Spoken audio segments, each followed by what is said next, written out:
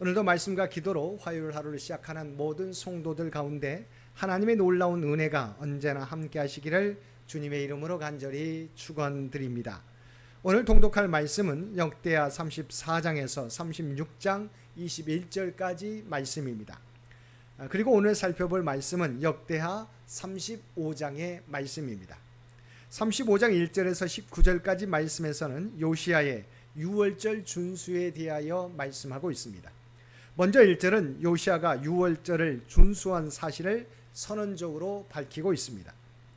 이어 2절에서 6절까지 말씀에서는 요시야가 유월절 준수를 위한 사전 정지 작업으로서 제사장과 레위인들에게 그들의 본연의 임무에 충실할 것을 지시하고 모세의 율법에 따라 유월절을 예비하게 한 사실을 언급하고 있습니다. 7절에서 9절까지 말씀에서는 요시야와 지도층 인사들이 유월절 준수를 위하여 제물을 헌납한 사실을 언급하고 있습니다. 10절에서 15절까지 말씀에서는 레위인들의 제사장 제사 진행과 유월절 성물 분배에 대하여 언급하고 있습니다. 다음으로 16절에서 19절까지 말씀에서는 요시야 제위 18년 유월절 절기에 마침내 사무엘 이후로 가장 성대한 유월절을 남유다 백성들이 준수하였음을 언급하고 있습니다. 이러한 본문은 병행 본문이 있는 열왕기하 23장과 비교해 볼 때 내용이 훨씬 상세합니다. 이는 역대기서가 제사장적 관점에서 기록되었다는 또 하나의 증거가 됩니다. 20절에서 27절까지 말씀에서는 무깃도 전투와 요시야의 죽음 및 예레미야의 요시야 추모 애가를 다루고 있습니다. 20절에서 24절 상반절까지 말씀에서는 요시야가 애굽 왕 느고와의 무깃도 전쟁에서 부상을 당하여 예루살렘으로 후송되었으나 숨을 거둔 사실을 언급하고 있습니다. 24절 하반절과 25절은 요시야의 죽음에 대한 온 국민의 슬픔과 선지자 예레미야의 요시야 추모에 대하여 언급하고 있습니다. 마지막으로 26절과 27절은 요시야에 관한 기타 관련 사실을 언급하고 있습니다. 여기서 무깃도 전쟁은 아수르를 공격하면서 군동의 신흥 강대국으로 급부상한 바벨론의 세력을 꺾기 위하여 유프라데스 강변에 갈그미스로 북상하던 애굽 왕 바로 느고와 아수르가 제기하는 것을 원치 않았을 뿐만 아니라 애굽이 팔레스타인 지역에 영향력을 행사하는 것을 원치 않아 느고의 북상을 저지하려는 남유다 요시야 사이에 BC 609년에 발발한 전쟁입니다. 느고는 이 전쟁에서 자신의 북상을 저지하려는 요시야를 향하여 자신이 바벨론을 치려는 것은 하나님의 뜻을 따른 것이라고 하며 자신을 대적하지 말 것을 경고합니다.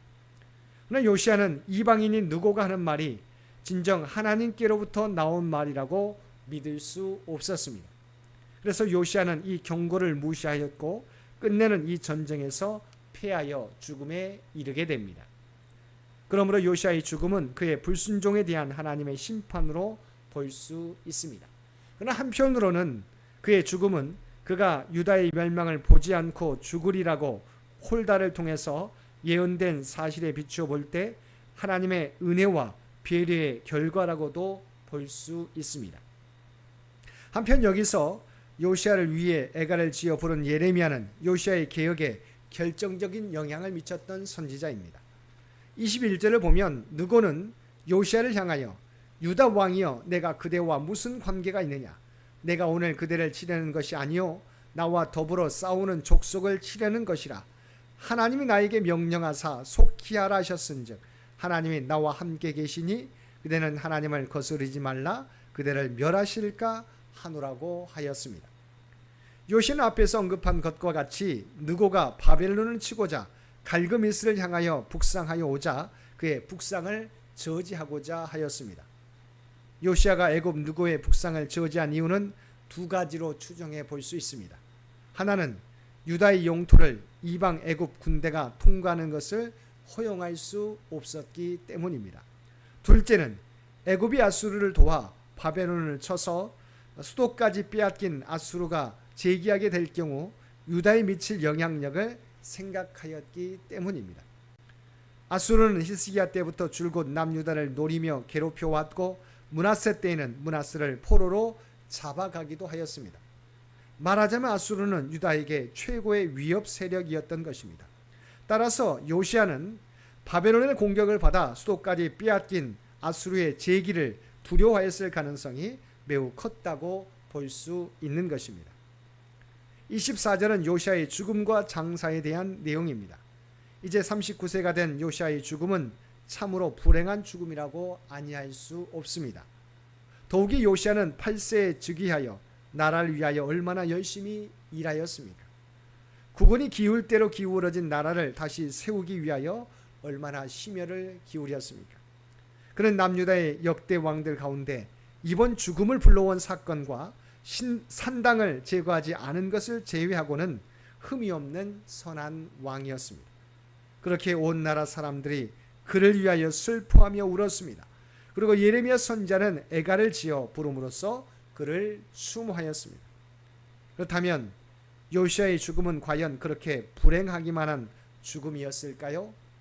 요시야의 죽음이 남유다 전체로 보아서는 비극적인 일이지만 요시야 개인으로 봐서는 비극적인 일이라고만 할 수는 없습니다.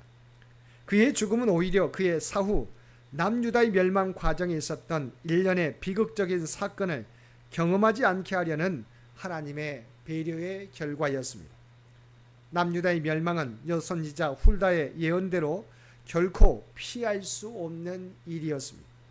아무리 선한 왕인 요시야라고 해도 남유다가 멸망하는 것은 막을 수 없는 일이었습니다. 따라서 요시야가 살아서 남유다가 멸망하는 것을 보았다면 그에게는 그것이 얼마나 불행한 일이었겠습니까? 남유다가 멸망할 당시의 왕이었던 시드기야는 나라가 유린되고 그의 아내와 자녀들이 자기 눈앞에서 살육당하는 것을 지켜보아야만 했습니다. 그리고 그 자신도 눈이 뽑힌 채 바벨론으로 끌려가야만 했습니다.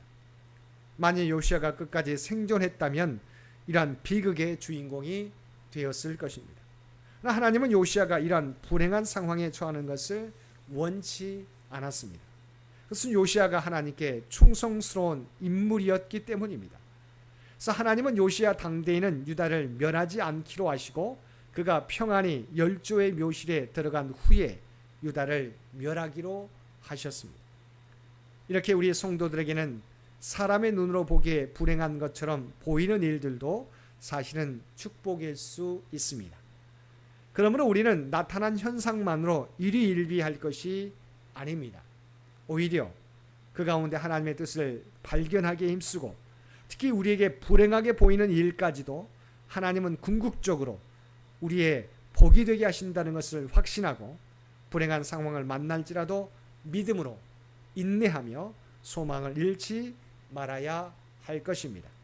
오늘도 우리 눈에 보기에 좋지 않은 일일지라도 하나님의 뜻이 어디에 있는지를 깨닫고 믿는 자로서 온전히 견디며 온전히 성도답게 행하며 살아가는 우리 모든 성도들 되시기를 주님의 이름으로 간절히 축원드립니다. 함께 기도드리겠습니다. 사랑과 은혜가 충만하신 아버지 하나님, 오늘도 우리에게 보여지는 것이 전부가 아님을 깨닫고 보여지는 것 너머에 하나님의 뜻이 어디에 있는지를 물을 수 있는 저희들 되게 하여 주옵소서. 또한 내 뜻과 내 주장만을 주장하는 것이 아니라 진정으로 주님의 뜻이 무엇인지를 깨닫고 그 주님의 뜻에 내 뜻과 내 주장을 굴복시킬 수 있는 참된 믿음의 소유자들 다 되게 하여 주옵소서.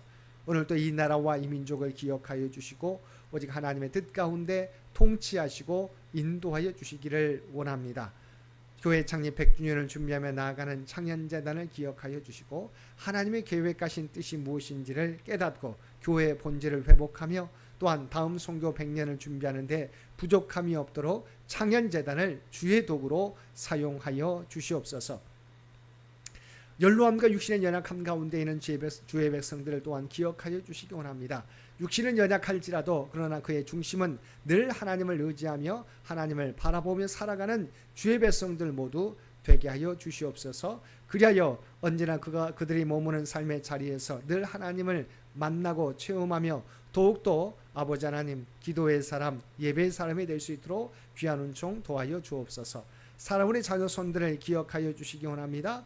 아버지 하나님 이들을 기억하여 주시어서 늘 하나님과 동행하며 하나님을 의지하며 살아가는 귀한 자녀들 되게 도와주시고 다음 세대를 이끌어갈 믿음의 주역들로 온전히 서게 하여 주시옵소서.